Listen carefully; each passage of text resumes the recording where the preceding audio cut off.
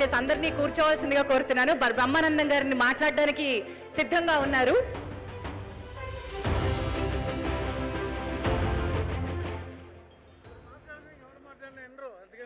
అందుకని నేను కూడా ఏం మాట్లాడలేదు.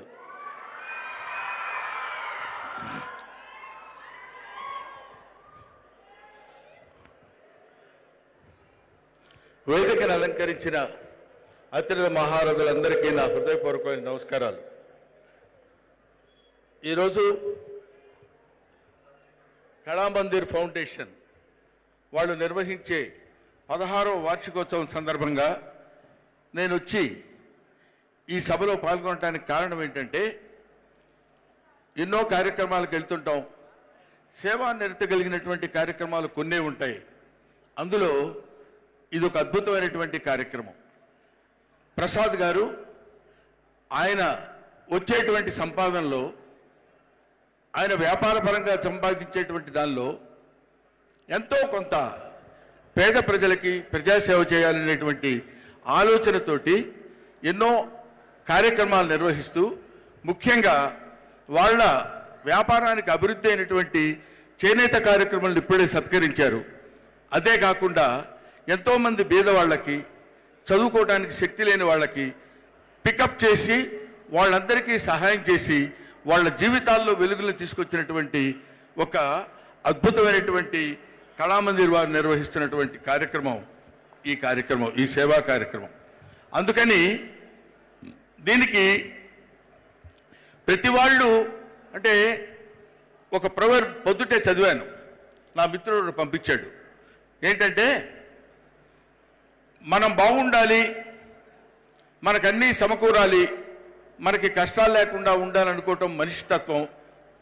ఎదుటివాడు కూడా బాగుండాలి, ఎదుటివాడు కూడా సుఖంగా ఉండాలని కోరుకోవటం మానవత్వం అని. అది రెండో కోవకు చెందినటువంటి వాడు ఈ ప్రసాద్ గారు.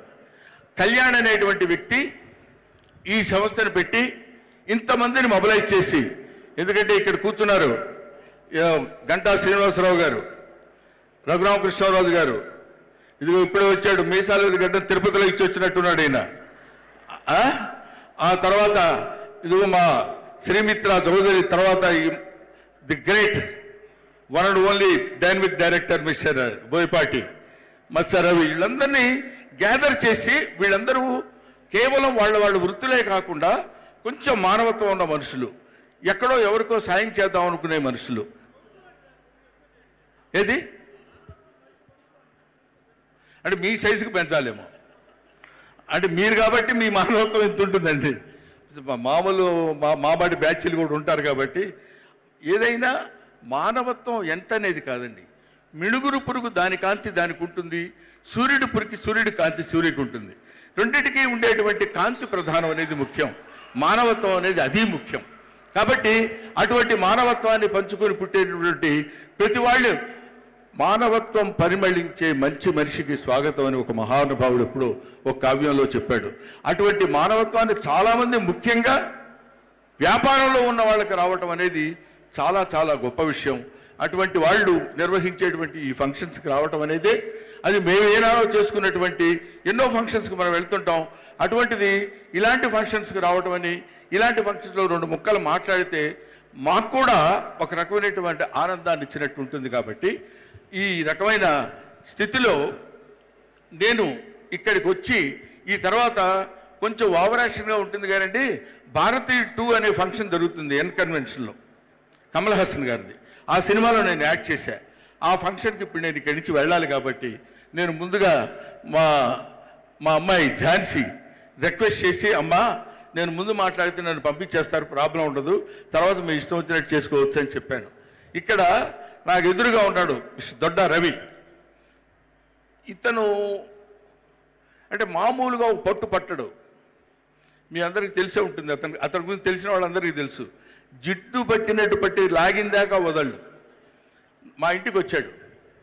నేను సాహిత్య మిత్రుడని తెలుసు, సాహిత్యంలో అభిమానులు ఉన్నవాడిని, అంతో ఇంతో ఇంట్రెస్ట్ ఉన్నవాడిని తెలిసి శ్రీశ్రీ జీవిత చరిత్రకు సంబంధించిన ఒక బుక్ను తీసుకొచ్చి నాకు ప్రజెంటేషన్ ఇచ్చాడు మొన్న రాత్రి.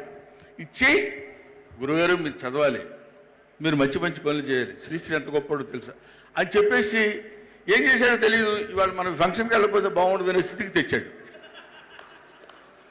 కాబట్టి ఏమైనా ఒక మంచి యజ్ఞానికి నేను సైతం ప్రపంచానికి సమిధనొక్కడి దారబోశానన్నాడు Sri Sri.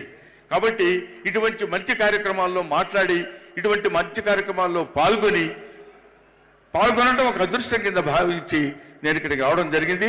Thank you very much. ఇంకా ఇంకా ఇంకా మాట్లాడవలసిన వాళ్ళు చాలామంది ఉన్నారు కాబట్టి వాళ్ళందరికీ నా హృదయపూర్వక నమస్కారాలు తెలియజేస్తూ ఇక్కడి నుంచి స్కాలర్షిప్ రూపంలో కానీ ఏ రూపమైనా అందుకున్న వాళ్ళు ప్రతి పైసా వృధా చేయకుండా వాళ్ళ జీవితానికి ఉపయోగపడే విధంగా చేసుకోవాలని, ఎందుకంటే అలాంటి స్కాలర్షిప్తో పైకి వచ్చిన వాడిని కాబట్టి నా జీవితం అలాంటిది కాబట్టి వాళ్ళందరికీ చేతులెత్తి నమస్కరిస్తూ you go head and I wish all the best Prasad గారు అండ్ కళ్యాణ్ గారు. Thank you very much. Thank you so much. Manya మంత్రివర్యులు తుమ్మల గారిని మాట్లాడాల్సిందిగా కోరుతున్నాను. పద్మశ్రీ బ్రహ్మానందం గారికి మరొక కార్యక్రమం ఉండడం వల్ల వారు కార్యక్రమాన్ని నుంచి ఇప్పుడు బయలుదేరుతున్నారు. అయితే అతిథులందరూ కూర్చునే ఉంటారు. గౌరవనీయులు ఫౌండేషన్ ఆర్జులు ప్రసాద్ గారు, ఇప్పుడే వెళ్ళిపోతున్న బ్రహ్మానందం గారు, గౌరవనీయులు గంటా గారు, రఘురామకృష్ణరాజు గారు, చింతమనేని గారు, బోయపాటి గారు, మత్సా గారు, ప్రియమైన అంజిరెడ్డి గారు, సంస్థ అధిపతులకి, అందుట్లో పనిచేసేటటువంటి వ్యక్తులకి, టీం అందరికీ కూడా నేతన్నల తరపున ధన్యవాదాలు తెలియజేస్తా.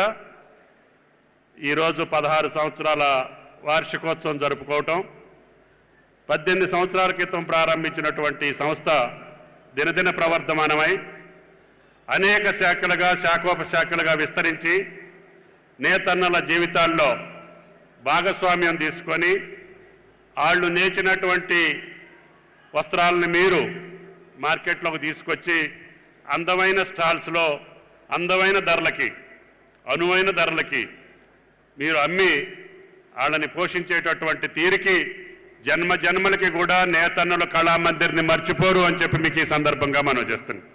కాబట్టి దయచేసి మీ యొక్క ఫౌండేషన్ చేసే సిఎస్ఆర్ నిధులు వాళ్ళ కుటుంబాలకి, వాళ్ళ భవిష్యత్తుకి, వాళ్ళ పిల్లల భవిష్యత్తుకి ఉపయోగపడేటట్టుగా ఈ ఫౌండేషన్ పనిచేయాలని, ఈ ఫౌండేషన్ చేసేటటువంటి ప్రతి పైసా వల్ల నేతన్నల జీవితాల్లో ఆనందం రావాలని, వాళ్ళ జీవితాలు బాగుపడాలని ఆ శాఖ మంత్రిగా కోరుకుంటూ భవిష్యత్తులో ఇంకా అనేక రకమైనటువంటి మీ శాఖలు విస్తరించి వాళ్ళ జీవితాల్లో వెలుగులు నింపాలని ప్రార్థిస్తూ ఈ అవకాశం ఇచ్చినటువంటి వ్యవస్థ ప్రసాద్ గారికి మీ అందరికీ ధన్యవాదాలు తెలియజేస్తా. సెలవు. Thank you. ధన్యవాదాలు సార్. తెలంగాణ, ఆంధ్ర మన చేనేత క్లస్టర్స్కి పేరు ప్రసిద్ధిగాంచినవి. మాన్య మంత్రివర్యులు చెప్పినట్టుగా ఇంకా ఎంతో అభివృద్ధి కార్యక్రమాలు చేస్తే ఈ వ్యాపార సామ్రాజ్యాల్ని కలగలిపి హృదయంతో నేసి అద్భుతమైనటువంటి వ్యాపారం చేస్తుంది కళామందిరాన్ని ప్రోత్సహిస్తూ. మరి ఇప్పుడు మన ముందుకి ఇంకా చాలా అవార్డ్స్ రాబోతున్నాయి. సేవారత్న పురస్కారాలు, డొనేషన్స్ అందచేయడము, ఇలాంటి కార్యక్రమాలు ఉన్నాయి. అతిథులు అందరూ కూడా మన ముందే ఉన్నారు. వారందరినీ మళ్ళీ ఇంకొకసారి వేదికపైకి ఆహ్వానిస్తాను.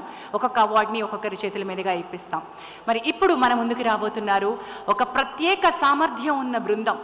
మణికంఠాస్ డాన్స్ అకాడమీ మన ముందుకు రాబోతున్నారు. ఇక్కడికి వచ్చేటువంటి ఒక్కొక్కరు ఒక్కొక్క సామర్థ్యం గలవారు.